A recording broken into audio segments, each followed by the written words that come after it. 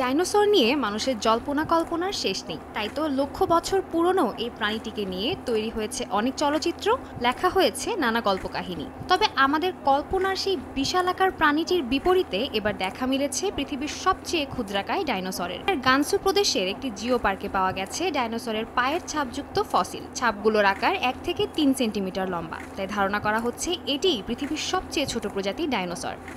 China university of Jio সায়েন্সের সহযোগী অধ্যাপক শিন লিদা জানান, নতুন এই আবিষ্কার তাদের গবেষণায় বেশ গুরুত্বপূর্ণ প্রমাণিত হবে। শুধুমাত্র ডাইনোসর বিষয়েই নয়, ভূতাত্ত্বিক যুগ সম্পর্কেও ধারণা পাওয়া যাবে এর থেকে। তবে ২০০৭ থেকে ক্রমাগত খোঁজাখুঁজির পরেও আমরা কিছু খুঁজে পাইনি। প্রদেশটিতে এই প্রথম ডাইনোসরের পায়ের ছাপ পাওয়া গেল। চলতি মাসের শুরুর দিকে টানা বৃষ্টিতে জিও পার্কটির ভেতরে বেশ কয়েকটি পাথর পরিষ্কার হয়ে যায়। তখন পার্কটির ডাইনোসর জাদুঘরের কয়েকজন কর্মচারী এই ছাপগুলো খুঁজে পান। বলা হচ্ছে ফসিলগুলো ক্রেটাসিয়াস যুগের।